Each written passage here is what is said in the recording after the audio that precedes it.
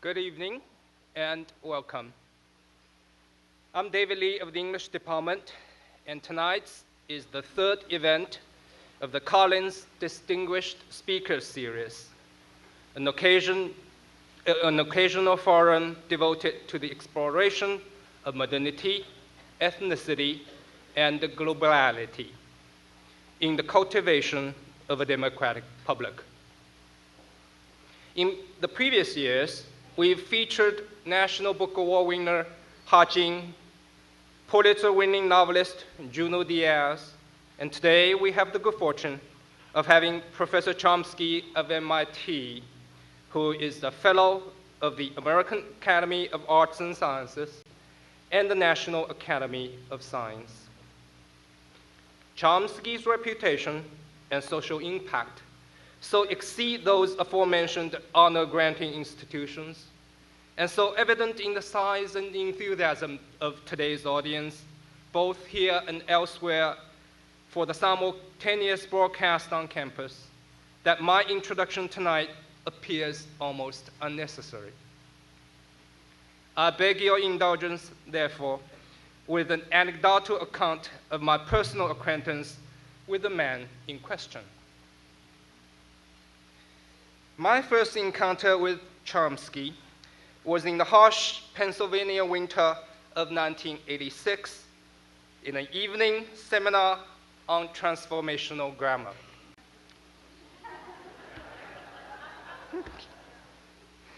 That very morning, after making coffee and watering office plants for my supervising professor as my regular research assistant responsibilities, I overheard him talking that those Chinese graduate students, myself obviously included, were here in the US just so they could bring home their refrigerators and TV sets.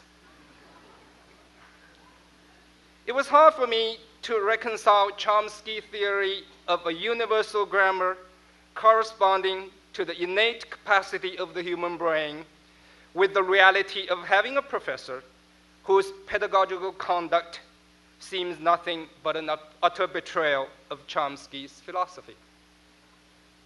Nevertheless, my recollection of Chomsky could never quite disassociate itself from the bitter taste of quiet indignity I experienced that evening.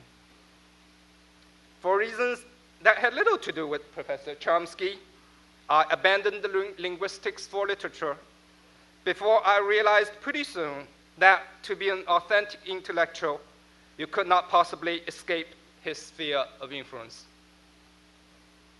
From manufacturing consent through profit over people to 9/11, Professor Chomsky has been the most persistent and sagacious voice of universal reason, the voice of global democratic dissent. This is the voice that I love to hear beyond the page. And I thought to myself, a voice that I love also to enjoy in person and share together with the community through and beyond the university. Professor Chomsky was generous enough to ask what I would like to have him address today. I'd appreciate your take on the neoliberal capitalism and its global hegemony, especially its seductive discourse of freedom and liberty. He responded with the title of this evening's speech, Global Hegemony, Its Facts, Its Images. It is with great reverence for an intellectual giant of our time, coupled with an irrepressible feeling of filial piety, that I present to you the father of modern linguistics, the tireless champion of social justice, and the indispensable critical conscience of our America, Noam Chomsky.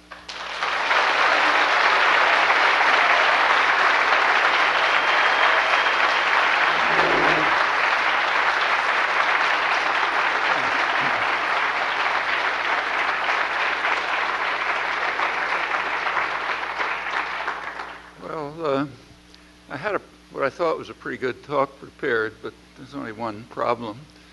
The notes are in my hotel room, I just discovered. So I'll have to wing it, and that means I can't take responsibility for quotes and exact references, but if you want them, I can provide them from memory, as is what I'll be talking about. Well, there are, the world is, of course, always changing. There are, however, some quite significant continuities. It's worth paying attention to them. One is a principle that was expressed a couple of hundred years ago by a well-known figure named Adam Smith, who talked about governance and how it works. He pointed out that the people who own the society, those he called the masters of mankind, will also be the ones who set policy, and they will pursue what he called their vile maxim, all for ourselves, nothing for anyone else. If that sounds familiar, it is. He was, of course, particularly interested in England, and in England he said the masters of mankind are the merchants and manufacturers, and they devise policy. They're the principal architects of policy, and they ensure that their own interests are very well served, however grievous the impact on others, including the people of England. But particularly what concerned him properly was the victims of their savage injustice elsewhere. India was his prime concern. There are modern, sophisticated versions of Smith's thesis adapted to our own society. The best one I know is by a very good, very fine political economist, Thomas Ferguson. It's what he calls his investment theory of politics. It interprets elections as occasions on which the groups of investors coalesce to invest to control the state. And as he shows over the past century, that's quite a good predictor of what policy is going to be, just looking at the coalitions of investors who became the principal architects of policy. Today it's not merchants and manufacturers, it's multinational corporations and financial institutions, but the principles remain about the same. In fact, we saw a good example of it in the last election, 2008. Obama's victory in 2008 was primarily due to a big flow of capital that poured in, especially toward the end, from financial institutions who preferred him to McCain, and that carried him over the edge. And of course, they expected to be rewarded, and they were immediately. The country was in the midst of a big financial crisis, so the main task was to deal with it. Obama picked an economic team to deal with the crisis. The team was selected entirely, almost entirely from the people who were responsible for the crisis. That excluded quite prestigious figures, Nobel laureates and others who had been very critical of what they'd done. And not particularly surprisingly, they produced a policy which rewarded those who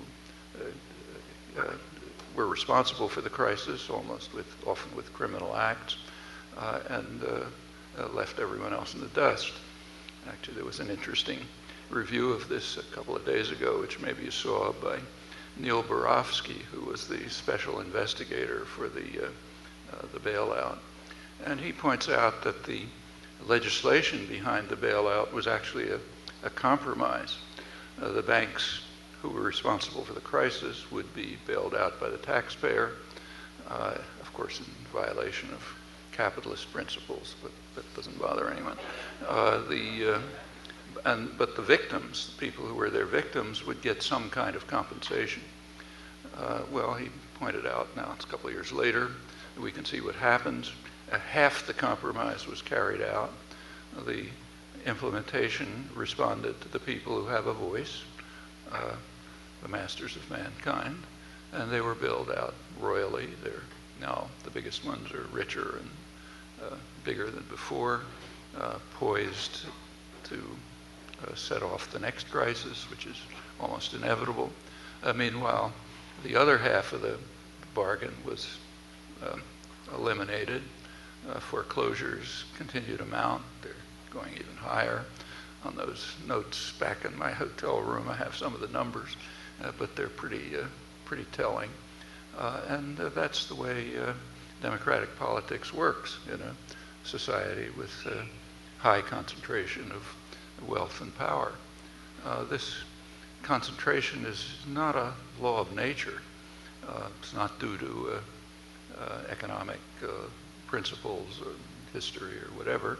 It's due to decisions, specific decisions. The country's always, of course, been unequal, but as I'm sure all of you know, it's now reached the level of inequality that's breaking all records. And even that's misleading, because the actual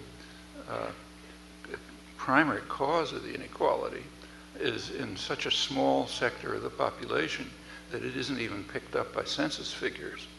So you have to do more careful economic analysis to figure out what it is.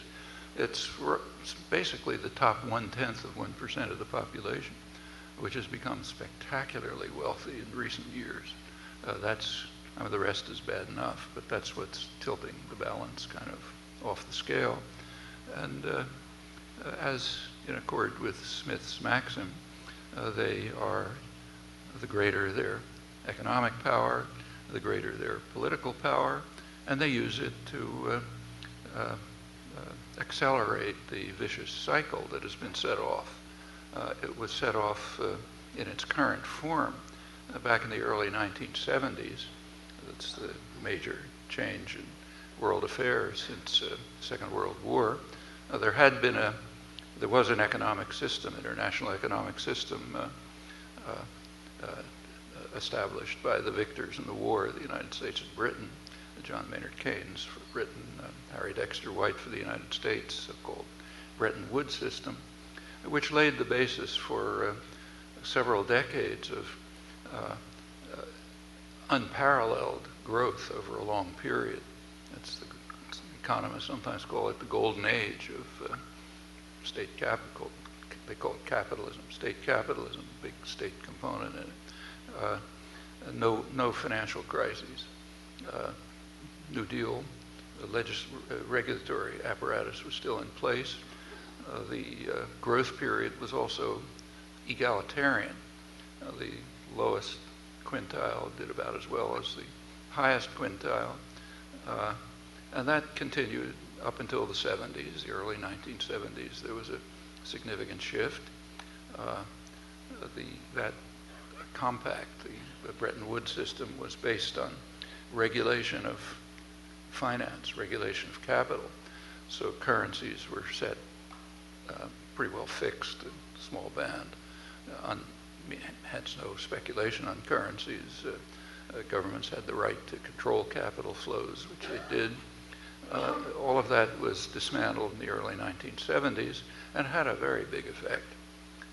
One over the world.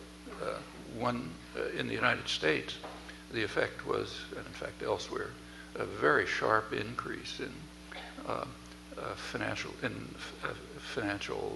the growth of financial institutions.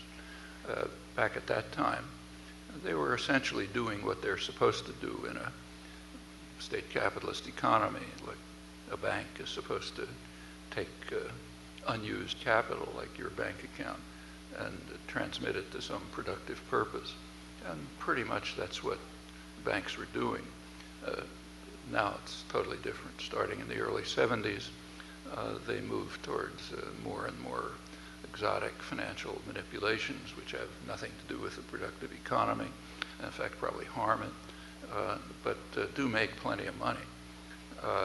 That withdraws capital from productive purposes.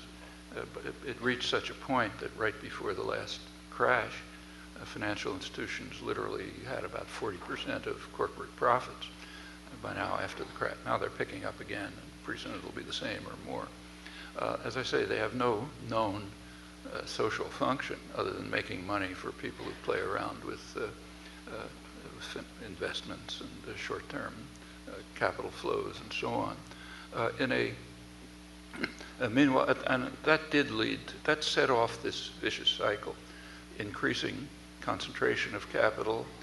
The top 0.1% means CEOs, hedge fund managers, people like that. With it, concentration of political power.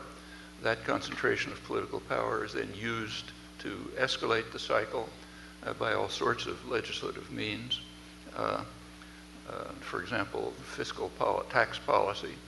Tax policy is increasingly designed to benefit the super rich and harm everyone else. That's been going on for years, has no economic purpose, but it does serve the interests of the masters of mankind. Sometimes it's done pretty subtly sometimes, so you don't notice it. So the Bush tax cuts, which are now heavily burdening the economy, were designed so that people wouldn't notice what's happening. So the first year, you may recall, the first year of the tax cuts, everybody got a small rebate, a couple $100 in the mail, so you feel good about it. And it wasn't too unbalanced the first year, somewhat, but not too much. But it was designed so that by the end, after the end of the 10-year period, over half went to the top 1% of the population. But by then, it's kind of hard to figure out, so people just remember that first year. It's called the sunset policy. You design policy so that first it won't be noticeable, but by the time the sun sets, it'll do the right thing, go into the pockets of the very rich. And those same policies continue to be pursued in other domains. Actually, we've just seen it in the lame duck session of Congress that, since last November. Obama was greatly praised for his statesmanship and bipartisanship and making important legislation go through, no bickering in Congress, and that's true. The main legislative achievement was to cut taxes for the super rich, and I mean super rich, like I'm pretty well off, but I was below the cutoff point. The very rich, make sure that they get a big tax cut. Meanwhile, everybody's pounding the table about the need to reduce the deficit. It was a pretty tricky PR campaign to carry that off, but it was done. At the same time, with less notice, there was a tax increase for federal workers. Now, it wasn't called a tax increase because that doesn't sound nice. It was called a freeze on pay, but it takes about 30 seconds for you to figure out that a freeze on pay for public sector workers is a tax increase for the public sector workers. And if it extends over a couple of years, it's a significant tax increase because of the effect of inflation, population growth, and so on. So a significant tax increase for public sector workers, big tax decrease for the super wealthy, huge impact on the deficit, trillions of dollars, and it was somehow carried off. Actually, there was another tricky measure that was introduced. There was a payroll decrease for Social Security. So, people who pay Social Security got a slight rebate. That's a good idea in itself. What's needed today is the deficit is a secondary problem. What's needed is a stimulus of demand to increase growth. You're not supposed to talk about that. That's outside the spectrum, but pretty obviously true.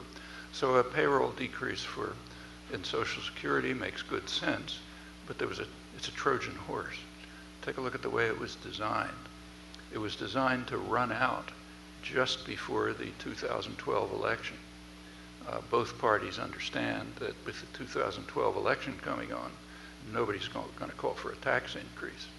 Okay, that's poison. So therefore it's permanent. Permanent decline in funding for Social Security means that it really will have a problem. Now it has no problem. That's all fakery. It's very good shape for decades to come and can be tweaked to go on forever. But if it is defunded, it'll have a problem. Now, there's a standard way of privatizing something.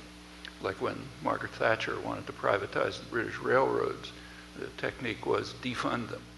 And then when they don't work, people get angry. They say, let's do something. So you hand it over to private enterprise, which totally ruins them, and then the state has to come back in, big cost, and try to reconstruct it somehow. It's known as privatization. That's exactly what's happening with Social Security. It's in good shape now when you read in the newspapers, as you do, that the big problem of the deficit is entitlements. Social Security, Medicare, Medicaid. Social Security is a zero problem. For one thing, it doesn't add anything to the deficit because people pay for it. And for another thing, it's in pretty good shape.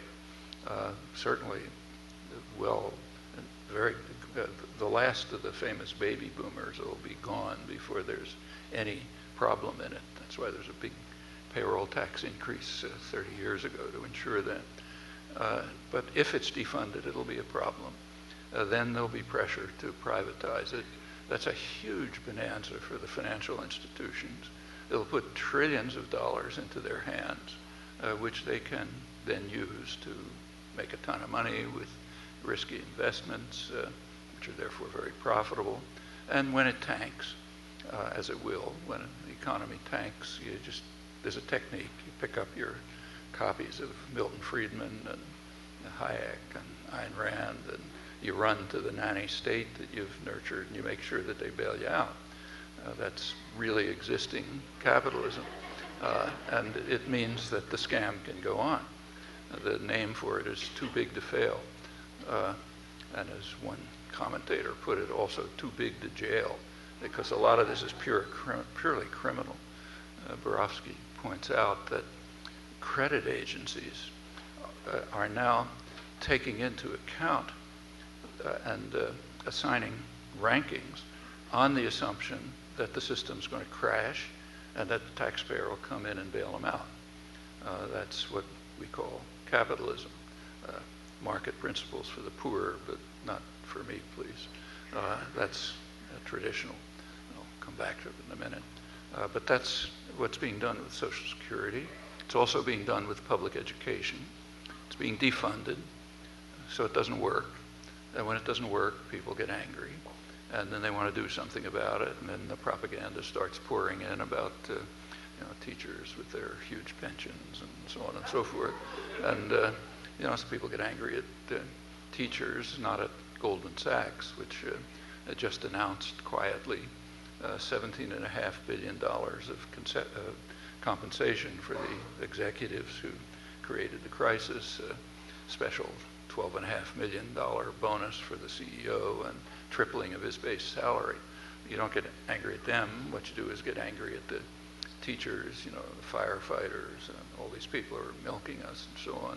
A standard technique of population control. And if you defund the system and people want to privatize it, it'll sooner or later get privatized because it doesn't work very well. It'll be worse, but it's fine for the rich. They'll be taken care of. They don't care much if you have public education. Actually, you might ask, why is there such an intense effort, and it's really fanatic if you look at it, to destroy Social Security and public education? I mean, they work pretty well.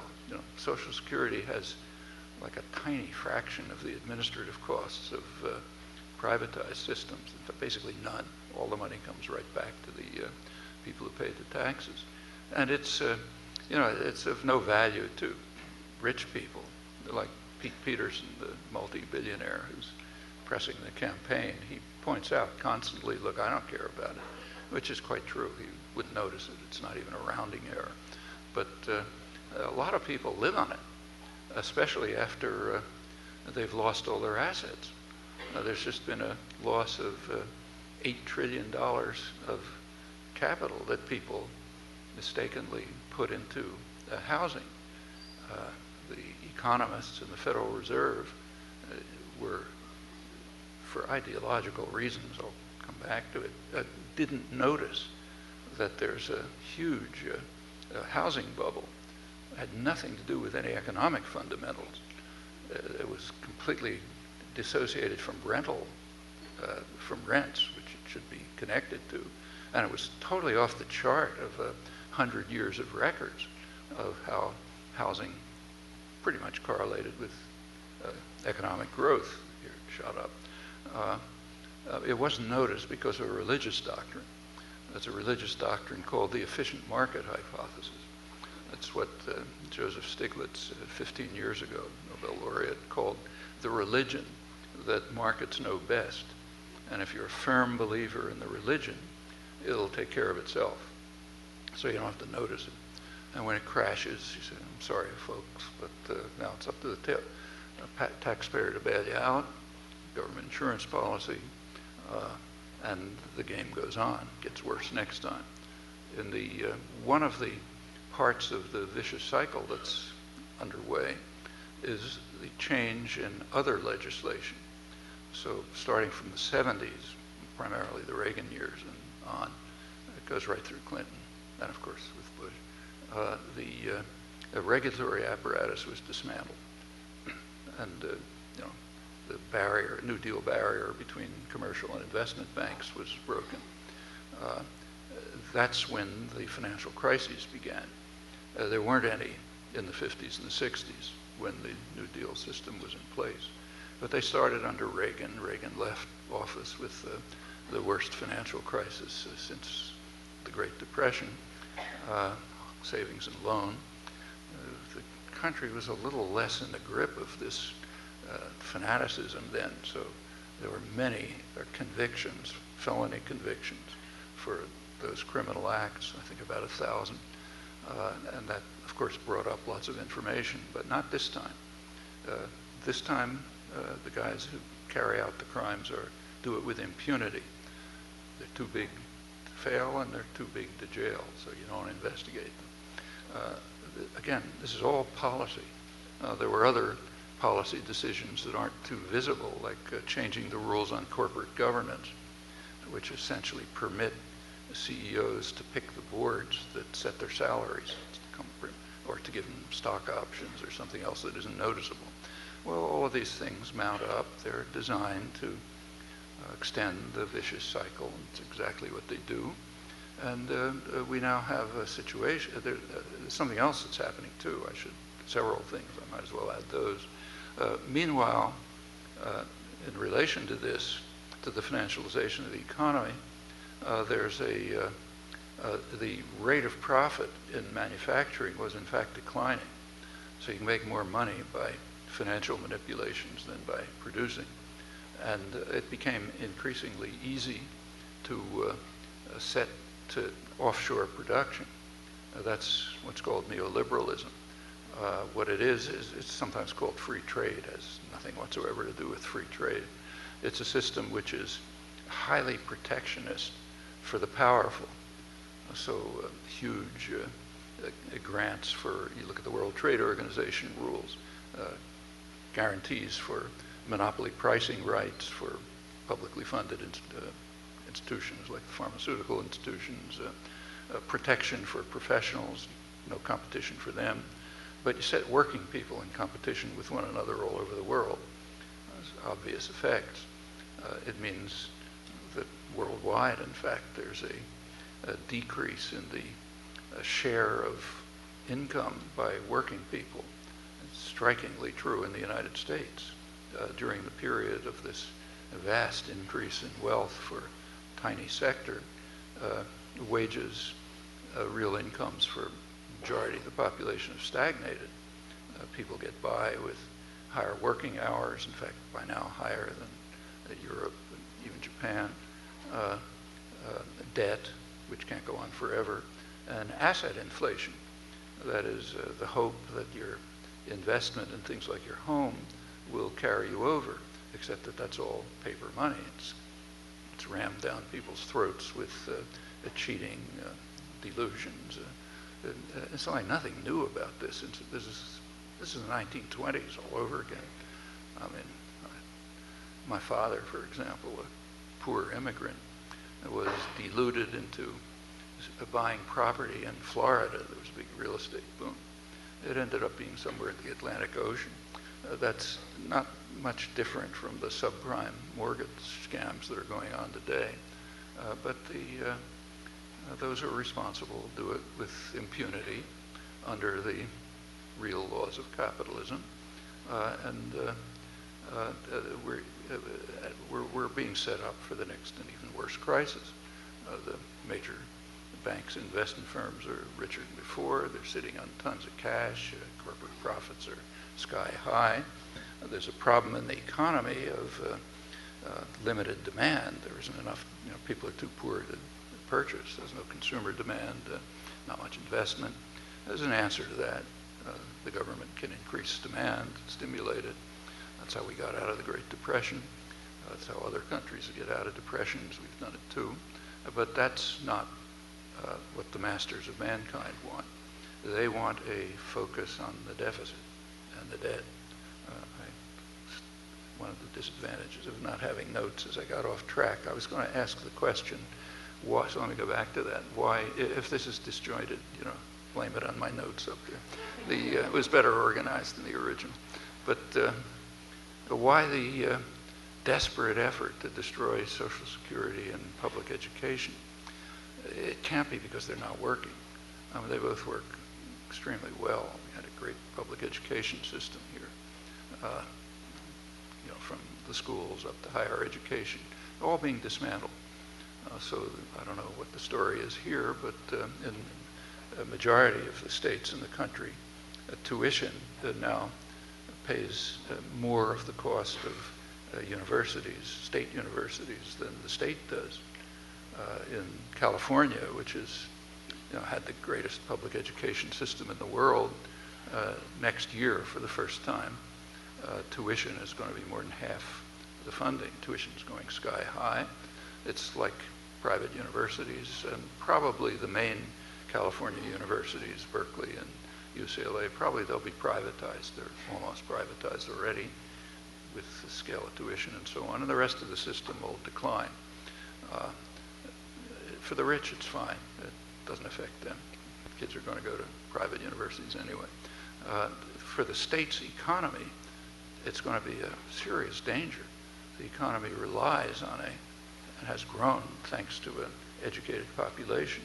That brings up another fact. I'll put it off to the side for a moment and hope to remember to come back to it, so remind me if I don't. In the current stage of capitalism, the long term doesn't matter. That's a change from the past. What matters is what happens tomorrow to your what shows up in the next quarter, which also determines your salary and so on, if you're a CEO or if you're a fund manager or whatever. So the future doesn't matter, the state of the country doesn't matter, and that's what we see happening. Well, why the attack on public education from kindergarten on up? Why the attack on Social Security? It can't be because of their inefficiency. In fact, they work very well. It has to be something else. And I think if you think about it, you can see what it is. Social Security and public education are based on an extremely dangerous principle, namely that you care about other people. So, for example, I don't happen to have kids in school anymore, but if you believe in public education, I'm supposed to pay my taxes so that the kid across the street can go to school. That's called solidarity, mutual support, sympathy, and so on. Same with Social Security. Like, it really doesn't matter much to me. I get it, but it doesn't matter much. Got a big pension. But I'm supposed to, the principle of Social Security is that I care if a disabled widow across town doesn't have enough food to eat. If you believe in the vile maxim of the masters of mankind, all for ourselves, nothing for anyone else, then it's her problem. Her husband made a bad investment or something other. Her problem, she can starve. No reason why I should give a few pennies to, which I won't notice, to make sure that she's okay. So there's a principle of care and concern for others. It's completely inconsistent with the vile maxim, and therefore it has to be destroyed. And any institution that relies on it has to be destroyed. We see that happening all over the place. It's a major cultural phenomenon of trying to destroy the most elementary human feelings. And they are elementary. To see how elementary they are, it's worthwhile going back to the early days of the Industrial Revolution, say mid-19th century. Eastern Massachusetts, where the Industrial Revolution took off, there was a very free press, the freest in the history of the country. There was hundreds of newspapers written by communities, ethnic communities, workers in factories, others, expressing their views about the world and their interpretation of the world. A lot of dedication to it. A lot of the papers were in the factories. The press was run by, say, Irish artisans from Boston or young women from the farms who were called factory girls. And they make very interesting reading. They express the way people felt about the early stages of industrialization. What they felt was that their culture and their humanity was being destroyed by the process of industrialization, which was forcing them into a mold in which they're basically slaves. So workers in the mid-19th century didn't see much difference between a chattel slavery and wage labor. In fact, the only difference they saw was that one of them's temporary, so you can get out of it. That was the slogan under which Northern workers went to war in the Civil War. In fact, it was such a popular idea that it was one of the main slogans of the Republican Party. Wage labor is basically the same as slavery. They also bitterly opposed what they called, this is 1850, what they called the new spirit of the age. It gained wealth, forgetting all but self. Okay, that was the new spirit of the age in 1850, being rammed down their throats, still being rammed down people's throats, major efforts, because it's so totally inhuman that it's hard for people to accept it, but with enough beating it into your heads, maybe it'll take off. That's the hope, at least. That was the new spirit of the age then. It was the vile maxim that Adam Smith wrote about, and it's the doctrine that's being implemented right now. Right now it's called serious and courageous. When Congress gets a proposal to cut back food stamps on which 20% of the population relies, and to cut social services for the general population, but also to cut taxes for the very rich. That's serious and courageous, we're told in the newspapers. It's a basic assault on the fundamental principles of any civilized society, and it's the agenda that's being considered and in part implemented by both parties, incidentally, to varying degrees. What about the famous deficit? Suppose that we suspend disbelief and say it's really a problem. I mean, of course, it's a problem in the long term, but a very serious question whether it's an immediate problem. But let's say it is. How do you get rid of it? Well, there's some pretty straightforward ways. Just take a look at what causes the deficit. That sounds simple. About half the deficit comes from military spending. U.S. military spending is off the chart. It's about the same as the rest of the world combined. That's not for security. In fact, it harms our security, but it's for other reasons. But that's one place where you can cut away at the deficit. The other, where's the other half come from? It comes from our dysfunctional healthcare system. It's the worst healthcare system in the world. It's an international scandal. It's about twice the per capita costs of comparable countries, generally poor outcomes by standards of rich countries, even poorer ones. And there's a reason for it. It's the only system that's privatized and basically unregulated. It's so crazy that the United States is, I think, the only country in the world where the government is barred by law from negotiating drug prices.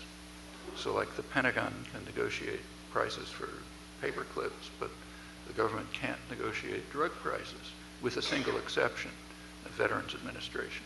And their drug prices are a fraction of what most people pay. and a fraction, the same is true in other countries.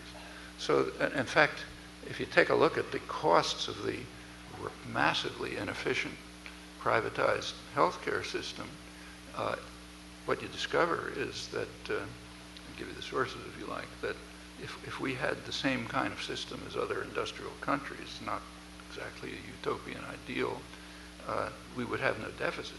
In fact, we'd have a surplus. But you can't touch that, because that goes after the insurance companies and the financial institutions.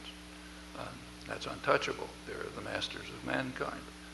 So that's not discussed, which means that the talk of the deficit is a total farce from beginning to end, even if you accept that it's significant. But it makes sense in terms of Adam Smith's principles. All of this correlates with a lot of other phenomena that are worth thinking about. So, for example, there have been a lot of studies of the relation between Senate votes and popular opinion. It turns out that there's a correlation for the richest. For the richest part of the population, there's pretty good correlation between Senate votes and preferences. For the middle of the population, there's no correlation. For the bottom third of the population, there's a negative correlation. That is, Senate votes are the opposite of what people want. There's many studies of the relation between public policy and public preferences. There's a very sharp disconnect, both domestic and international policy. Well, that's in accord with Smith's truism. You might ask whether that's consistent with the thinking of the founding fathers. That's actually an interesting question. In fact, it turns out that it is. So if you read, say, the records of the Constitutional Convention, James Madison, the main framer, explains to the convention that the country has to be set up so that power will be in the hands of what he called the wealth of the nation, the more responsible set of men, those who have respect for property owners and their rights, and who understand that a major goal of policy must be to protect the minority of the opulent against the majority. And for that reason, the system was set up the way it is. Power was primarily in the hands of the Senate. The Senate, of course, was not elected. It wasn't elected till long after. And as Madison put it, the Senate will be the wealth of the nation, and they'll carry out policies in the interests of the nation. The House, which is much more responsive to the population, had very little power. The executive in those days was an executive, an administrator, not an emperor. That's changed over the years. So that was the basic structure of the country. But in Madison's defense, you have to recognize that he was pre-capitalist. He did not understand the capitalist system. For him, the senators, the wealth of the nation, were like the mythical Romans of the fantasies of the time. They were benevolent aristocrats and gentlemen who would have the interests of the country at heart. Adam Smith had a somewhat sharper eye. And Madison pretty soon saw it too. By 1792, he was already deploring the effects of the democratic experiment. He said its power is being taken by the stock jobbers, the stock market of his day, who were the tools and tyrants of government, overwhelming it with their power, benefiting from its largesse. A pretty good description of today. But by then the system was in place. There have been battles about this over the centuries, but fundamentally it remains pretty much like this. It's also worth remembering, I don't want to go on too long, that the idea that the head of a corporation, let's say, doesn't care about the future, that's new. You go back 20 or 30 years, the CEO of, say, Ford or General Motors or General Electric did care about the future of the firm. They were trying to establish firm loyalty. They were building for the future. That's before the big shift of the early 70s. And now that's not true. With the financialization of the economy, the offshoring of production, they don't need a workforce. They can use cheap labor in the Chinese assembly plant or in Vietnam or someplace even cheaper. And if American workers collapse, well, it's their problem. Since we believe in the vile Maxim, who cares? They should have become CEOs like me. If they didn't, too bad. They can get food stamps as long as they're around, but they're not going to be around for long. That changed with the financialization of the economy and the offshoring of production and the setting of working people in competition with each other throughout the world. And you go back still further, this was understood even better. It was understood, for example, by Adam Smith and David Ricardo, the founders of modern economics. It's interesting to look back at what they said. Adam Smith understood the dangers of neoliberalism. It wasn't called that then, but pretty much the same. What he recognized, he again was concerned with England.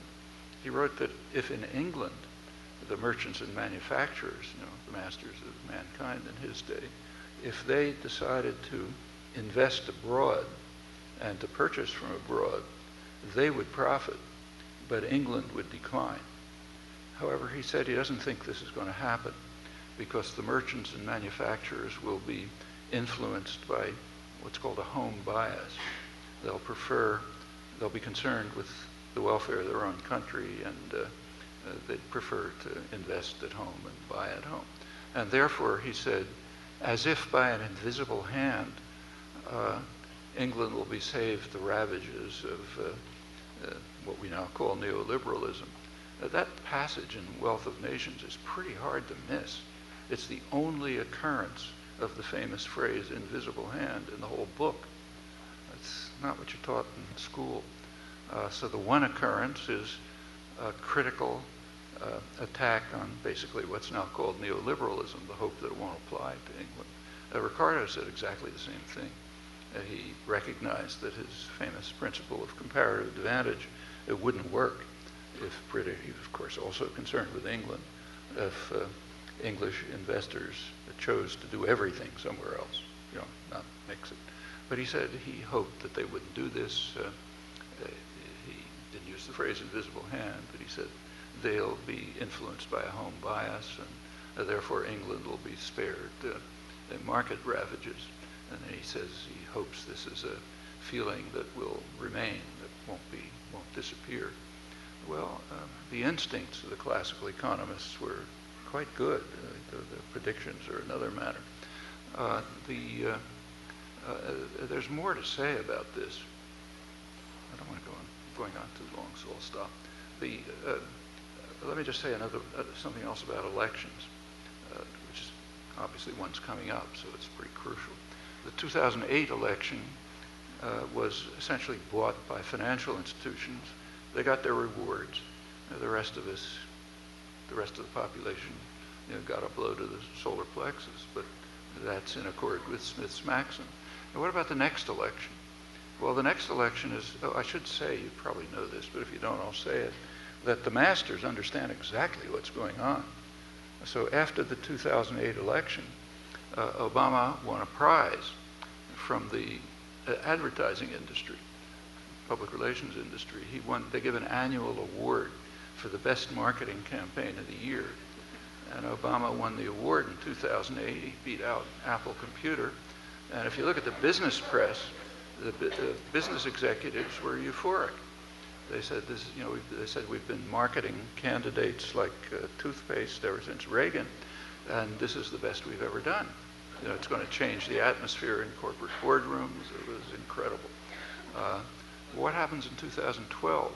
Well, ever since the 70s, the cost of election has been rising very fast, and that has an effect. It drives the parties deep into the pockets of corporate America. That's where the money is. For the Republicans, it's like reflexive, not even a problem. The Democrats have a somewhat more diffuse constituency, not that different, but by now the Democrats, so-called, or what used to be called moderate Republicans, if you read, say, Eisenhower, he would be somewhere way out on the left today, literally. But the Democrats are what used to be called moderate Republicans. They've disappeared, and they're following the same path. Actually, Obama is exactly the same. He's got a big concern right now, how to get reelected. The next election is predicted to cost about $2 billion. That's monstrous. And there's only one place where you can find, $1 billion. And you look at his appointments, that's exactly what they reflect. I mentioned earlier that in his economic team, they were almost all people who created the crisis. There was, in fact, one exception, Paul Volcker. Volcker was Reagan's Secretary of the Treasury, but the spectrum has shifted so far to the right that he was the leftist in the Obama administration. He was the one person who was calling for some sort of regulation, breaking up the big banks and stuff like that. Well, about a couple of months ago, he was dismissed, replaced by Jeffrey Immelt, the CEO of General Electric. Immelt's job, the job assignment for him, was to create jobs. There's something I have to understand about the English language, if I can go off into the other part of my brain. There's an unpronounceable word, an obscene word in English. I have to spell it. There might be children in the crowd. It's P-R-O-F-I-T-S. You're not allowed to say that. The way that word is pronounced is jobs. So when you ever hear literally, you hear a political leader saying, this is a job-killing bill, or we got to get jobs, and so on. You have to translate it. You can't say it. It's obscene. You have to translate it. So Immelt is put in there to get jobs. How's he going to get jobs? Why GE? Well, Obama pointed out, look, this is the biggest corporation in the U.S., but it happens that more than half of its workforce is abroad, and most of its profits come from abroad, and by now it's mostly a financial corporation. It does still make light bulbs, but most of what it's done is financial manipulations. And of course, when it collapses, as it does periodically in the crises, you bail it out.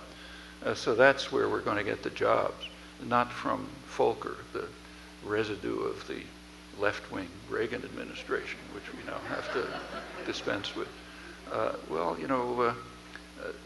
There's one general point about all this, which I'll finish with this.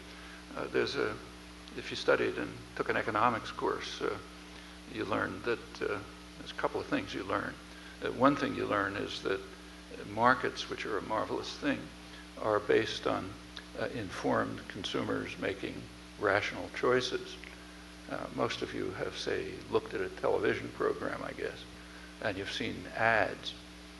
Is an ad trying to create an informed consumer who will make a rational choice? Just ask yourself. You're not supposed to notice this when you take your economics course. If we had a market system, anything like it, then an ad would be a description of the characteristics of the product. It would be like what you read in consumer reports. That's obviously not what an ad is.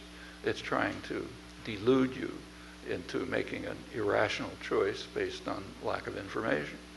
And in fact, one of the major goals of business is to undermine markets by creating irrational consumers who will make uninformed consumers will make irrational choices. Well, when the same institutions want to destroy democracy, they do exactly the same thing. When they run elections, which are now run by the PR agencies, they want to make sure that you have uninformed voters making irrational choices. And you take a close look at electoral campaigns, and you can see that that's exactly what's happening. Same techniques are used to undermine democracy that are used to undermine markets. Now, there's another thing you learn in an economics course. There are fundamental market inefficiencies. You learn them in every first course. One of them is what's called externalities, the things that are not taken into consideration when you make a transaction. So like if, say, you sell me a car and we've got our eyes open, we make a deal that's okay for ourselves, but we don't take into consideration the effect on other people. And there's an effect. Like there's more congestion, there's more pollution, other things, and that multiplies a lot considering the number of people. So that's a negative externality. We disregard it. Suppose you're an investment banker, say for Goldman Sachs. You make a transaction. You try to make sure that it works for Goldman Sachs. You don't take into account something that's called systemic risk. That is the likelihood that your transaction will crash the whole system. There is such a likelihood. It's constant. But it's underestimated because it's an externality. It's a footnote. Well, that's bad. That's what leads, one of the things that necessarily leads to crises. And it's understood. You can read it in major economic books. Well, that's not the end of the world. When the system crashes, again, if it was in a capitalist economy, there'd be self-correcting because they'd go out of business. But in our kind of state, which is designed by for the masters of mankind, the taxpayer comes in and rescues you. However, so it's not lethal necessarily, harmful, but not lethal. However, there are other cases of externalities where nobody's going to come to the rescue. And one of them is very much on the agenda right now. I'll end with that. That's destruction of the environment. If you destroy the environment, nobody's going to rescue you. And that is an externality. If you're a CEO, let's say, your task is to ensure that the economy, that the environment is destroyed. That's not an exaggeration. You must act so as to maximize short-term profit and market share. If you don't, in fact, that's a legal obligation in the Anglo-American system. But furthermore, if you don't do it, you'll be kicked out and somebody else will come in who will do it. So it's kind of like an institutional fact about the system. Well, what does that mean? That means you may very well know that the acts you're carrying out will lead to destruction of the environment, but you cannot take that into consideration. If you can't, if you do, you're out. Somebody else is in who does it. And that's an externality. The externality in this case is the fate of the species. But nobody is going to come in and take care of that. And that's exactly what we're seeing right now. There are big, major campaigns being carried out by the Chamber of Commerce, biggest business lobby, by American Petroleum Institute and others, to convince people that global warming is a liberal hoax. And it's effective. By now, probably 2/3 of the population either denies that it's taking place or doubts it. And that's showing up in Congress. The new Congress, just about maybe close to all, maybe all of the new Republicans in the House are global warming deniers.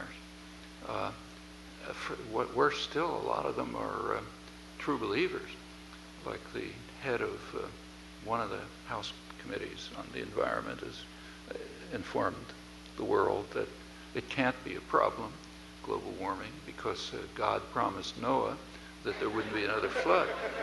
Well, you shouldn't laugh. I mean, if this was happening in some tiny, remote country somewhere, okay, you could laugh. But when it's happening in the richest and most powerful country in human history, you can't laugh. Because and furthermore, these guys are acting on those assumptions. The Environmental Protection Agency was instituted by Richard Nixon. He was the last liberal president. That wasn't I'm not kidding. And it's now being destroyed. It's being underfunded. It's being prevented from looking at greenhouse gas emissions and so on and so forth. That's a sign of the shift that's taking place, consistent with everything else that I described. It's part of the vicious cycle, and it's going very far. And if this continues, nobody's going to rescue us. It's going to be the end. Well, when we laugh at the congressman who's talking about God talking to Noah, we ought to qualify that laughter by recognizing that the current economic crisis is also the result of fanatic religious belief in the religion that markets know best. So therefore the Fed and the economics profession didn't have to notice that the economy is going totally out of whack. $8 trillion of nothing was bolstering the economy, since we have efficient markets, I have a theorem to prove it, then who cares? Well, crashed. Fortunately, you could be rescued that time, not this time. So we really have a choice. We can either passively observe what's going on or try to do something about it. And if we passively observe, you can predict the outcome. There will be a major destruction, and those who survive will be able to contemplate the outcome. Well, stop there.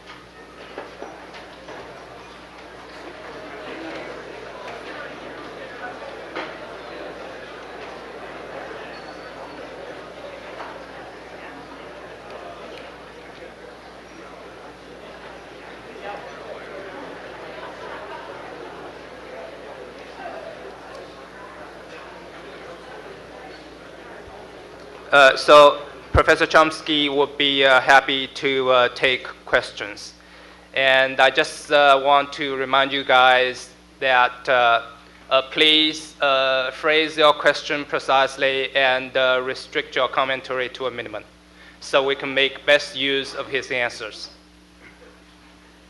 All right, and he's kindly asked me to take questions on his behalf. So anybody, all right, this gentleman there.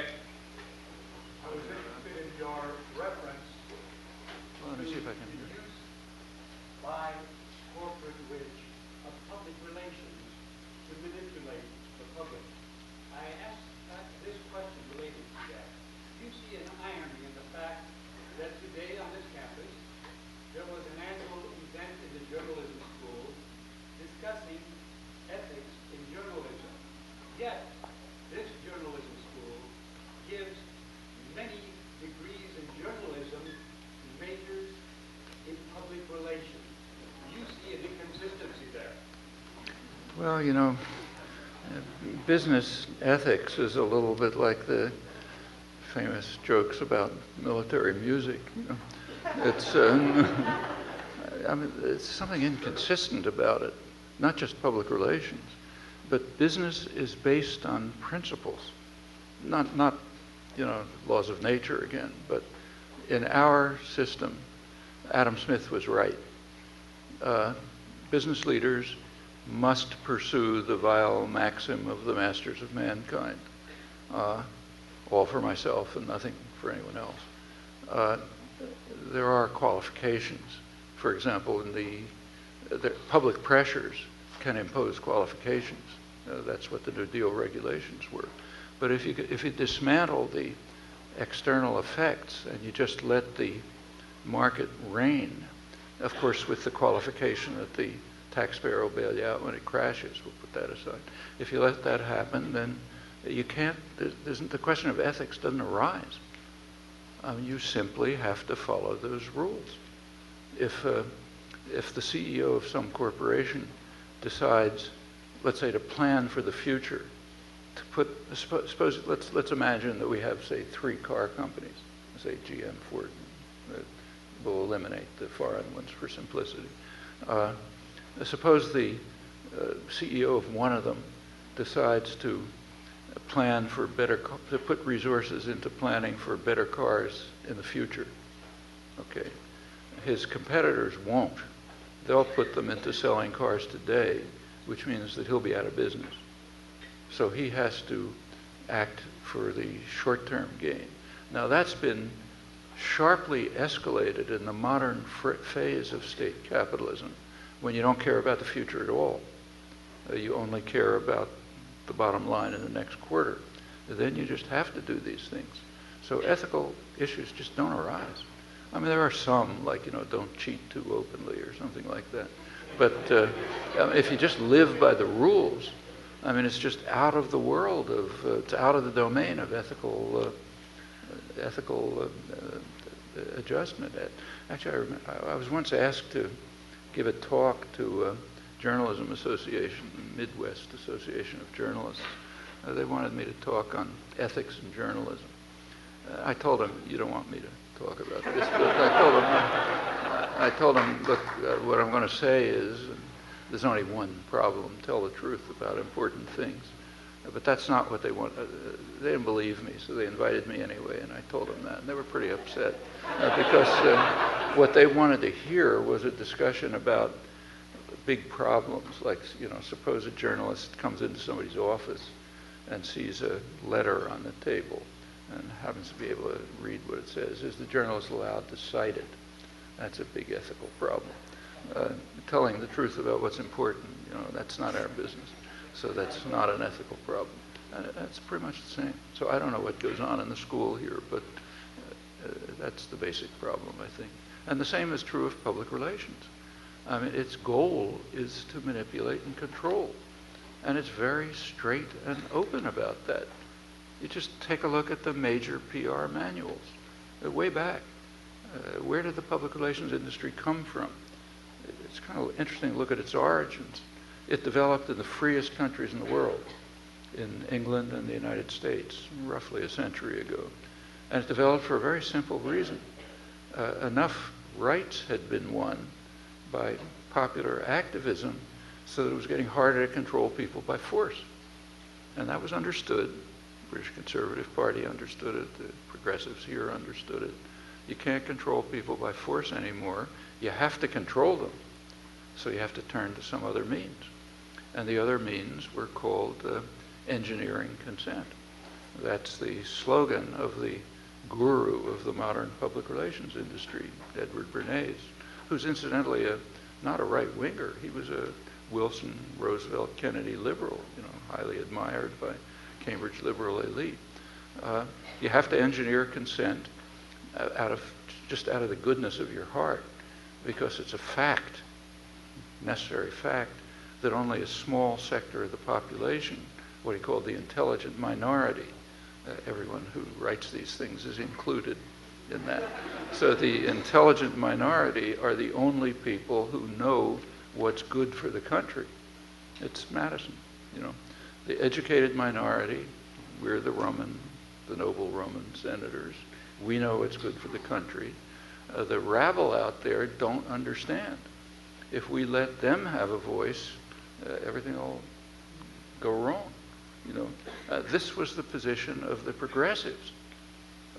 Walter Lippmann, the leading public intellectual of the last century, again, a Wilson, Roosevelt, Kennedy liberal, he called it manufacture of consent at the same time. They said the responsible men, like him, have to control policy because they have to make sure that the ignorant and meddlesome outsiders don't trouble them.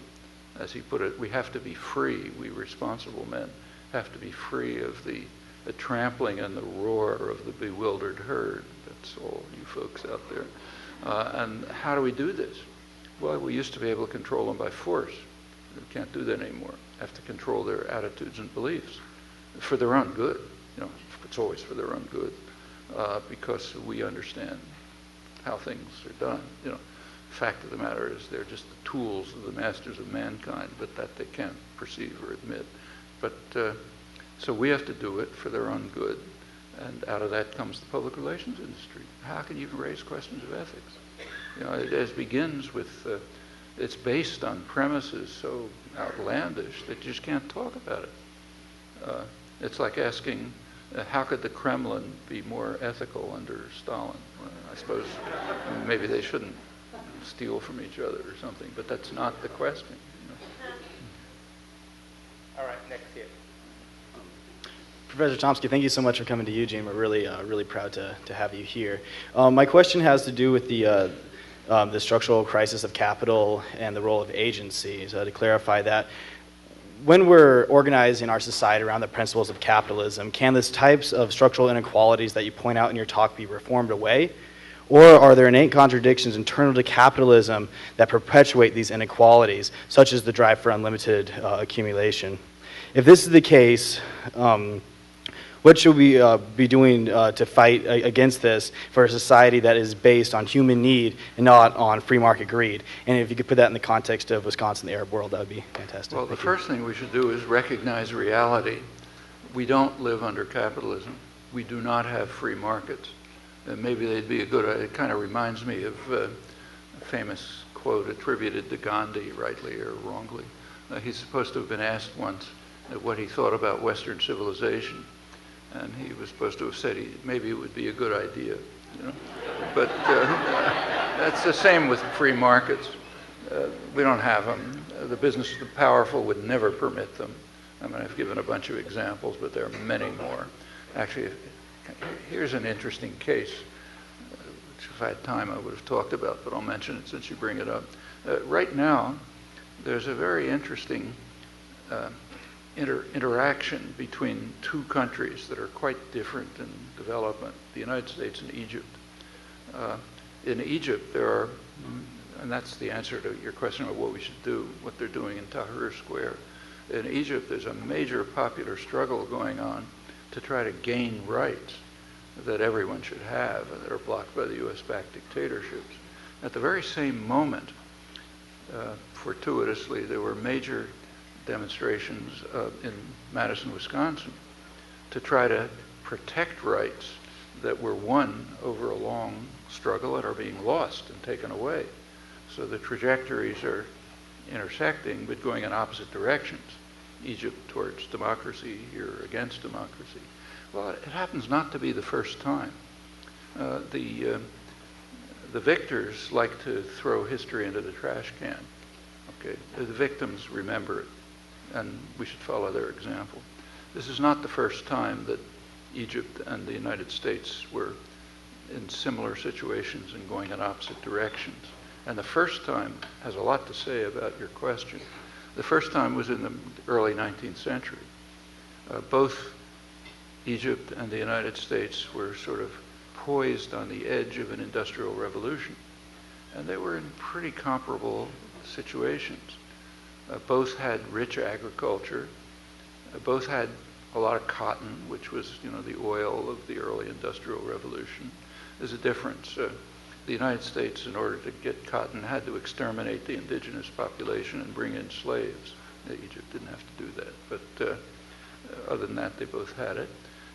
They had developmental state, you know, plans to industrialize. There was one difference, and it's the difference that makes the distinction between what we call the first and the third world, and affects us internally too.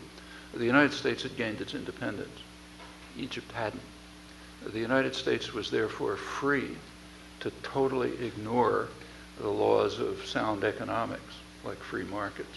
They were handed down by Adam Smith, he greatest economist of the day. He instructed the colonies that they should keep to what was later called their comparative advantage. The comparative advantage of the colonies here was produce, you know, primary goods, fish, fur, and so on. Don't try to produce industrial goods, because England does it much better. So import advanced manufactures from England. You keep to producing, you know, fish and fur and so on. And crucially, don't try to monopolize your resources. The main one was cotton. That's like oil today. So don't try to monopolize cotton. And he said, if you don't do that, you know, the laws of sound economics show that it'll be harmful to everyone. Essentially neoliberal principles. That's what's rammed down the throat of poor countries today. Well, the United States has won its independence. So it was therefore able to totally disregard the laws of economics and to do exactly what England had done. England developed also by disregarding them. What the United States did was impose very high tariffs to block superior British manufacturers, and first in textiles, later in steel, take other measures to state intervention to create an industrial economy. It did try to monopolize cotton, came pretty close to it. Texas, this is related to the immigration crisis today. Texas and Mexico, half of Mexico along with Texas, was conquered in order primarily to gain a monopoly over cotton. The idea was, as the Jacksonian presidents put it, to bring other nations to our feet, especially Britain. Britain was the main enemy at the time because, big military power, deterrent. So we can bring Britain to our feet by monopolizing cotton. And notice what the United States came close to doing was what Saddam Hussein was accused of doing ridiculously in 1990. The tale then was he was trying to monopolize oil, bring us to his feet, a total fantasy. But it wasn't a fantasy when we did it. We did it, We monopolized, came pretty close to monopolizing cotton, industrialized by violating all the rules, and became a rich country. Well, what about Egypt? Egypt was not independent. It was under the control of Britain. And the British said they are never going to permit it. Lord Palmerston said, expressed his hate for the ignorant barbarian Muhammad Ali who was trying to industrialize Egypt. And Britain deployed its military force and its financial wealth to prevent Egypt from developing. It's kind of a microcosm of what's happened all over the world since the 18th century. It still is. The U.S. took over from Britain after the Second World War. We became the dominant power and followed exactly the same policy. Egypt was instructed that it's not going to get any aid unless it drops all barriers to U.S. imports, highly subsidized U.S. imports. At the same time, the U.S. set up high tariffs to bar Egyptian cotton. That's what drove Egypt further into disaster. And that's the way market principles work. Fine for you, but not for me. I need the nanny state. So we should stop talking about free markets. Maybe they would be a good idea, maybe they wouldn't. Maybe capitalism would be a good idea, maybe it wouldn't, but it's a fantasy. And the rich and powerful would never allow it. Well, what should we do? We should ask what goals we're trying to achieve. Do we want to achieve a society in which people's needs are satisfied? Do we want to achieve the kind of society that working people in the 19th century were calling for? Whereas they put it, those who work in the mills should own them. Nobody should be a slave of anyone else or rented to anyone else. Do we want to have a democratic system which is under popular control? Do we want to make sure that people in need get the care they need? Well, if we want to do it, we know how to do it. In fact, there's been a lot of progress in that respect over the years, and it's being done right now in front of our eyes in the Arab world. And we can do it. We have every capacity to do it. It's not a big secret. Next. Professor Chomsky, thank you for your knowledge tonight. Some believe that the largest issues with developing or third world countries are attributed to a stark disconnect between public policy of those governments and the needs of the public. As our country's public policy continues to stray farther from the public need, how do you suggest we strengthen the voice of our public need? And if we are not heard, what do you predict will happen on an international scope? Could you speak louder? Yes, sir. We're not hearing it very well. As our country's public policy continues to stray farther from the public need, how do you suggest we strengthen the voice of our public need? And if we are not heard, what do you predict will happen on an international scope? So how do we change the system so that public policy reflects public needs? We know how to do it. I mean, there's a lot of problems in the United States. It's a very free society. We're not faced with the kind of violent repression that Egyptians are when they demonstrate in Tahrir Square. In fact, we've reached the point where the state has very limited powers to coerce, fortunately. That's why they have to turn to things like manipulation and deceit and so on. So, okay, we can overcome that. We can figure out what's going on in the world, not too hard.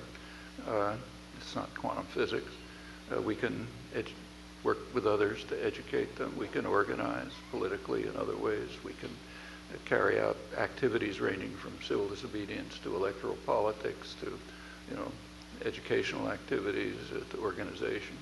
And that's the way you improve the world, and it works. That's why we're a much freer society and a more civilized society than we've been in the past. And there aren't any magic keys. It's a matter of getting down to work and doing it. It's been done by our forebears. That's why we have the legacy we do. They struggled for it. We can give it away if we want, but we don't have to. And it's being done by people elsewhere. We see it right in front of our eyes, like in the Arab world today, and many other places. So there's no magic keys. It's just hard work.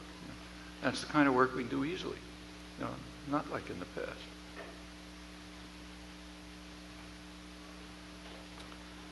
Dr. Chomsky, it's always an honor to have you here, always an honor to read and hear your voice.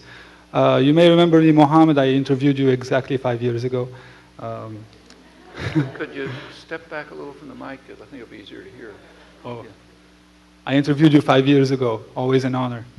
There are 3 recent factors that's leading many people to predict an economic collapse this summer when the next reports by corporations come out.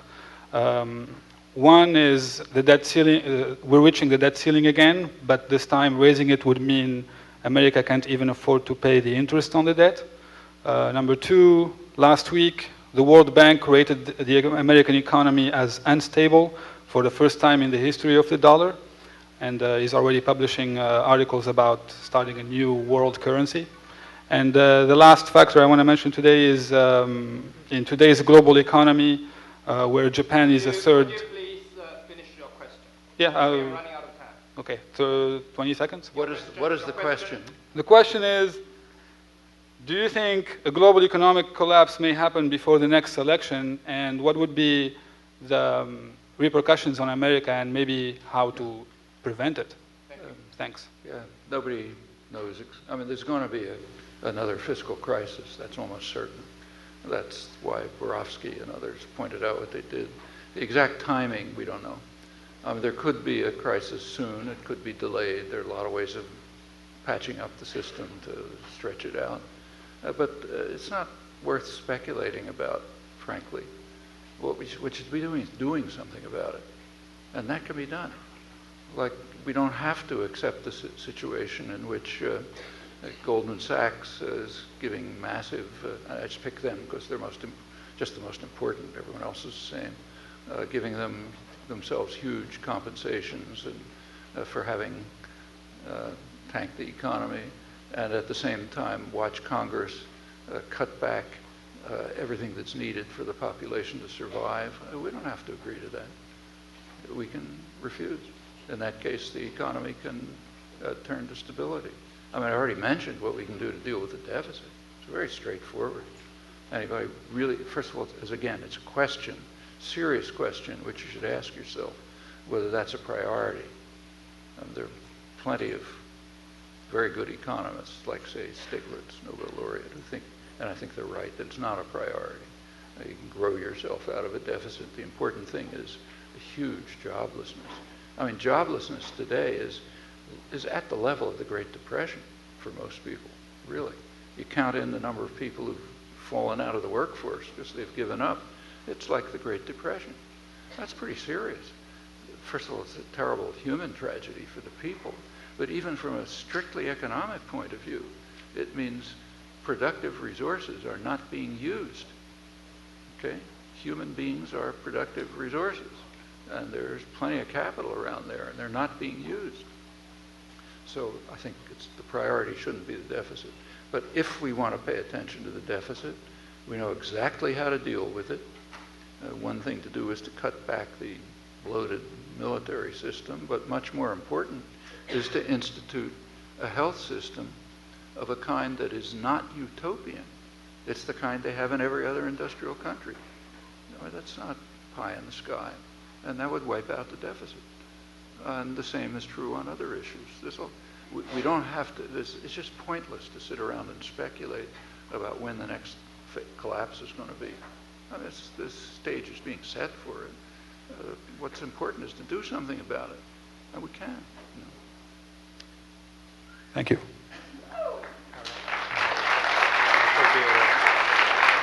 I'll conclude the session. Oh. Yeah, it's already 8:30. So okay. beyond 8:30. So, thank you all for coming, and I'm afraid I have concluded tonight's session.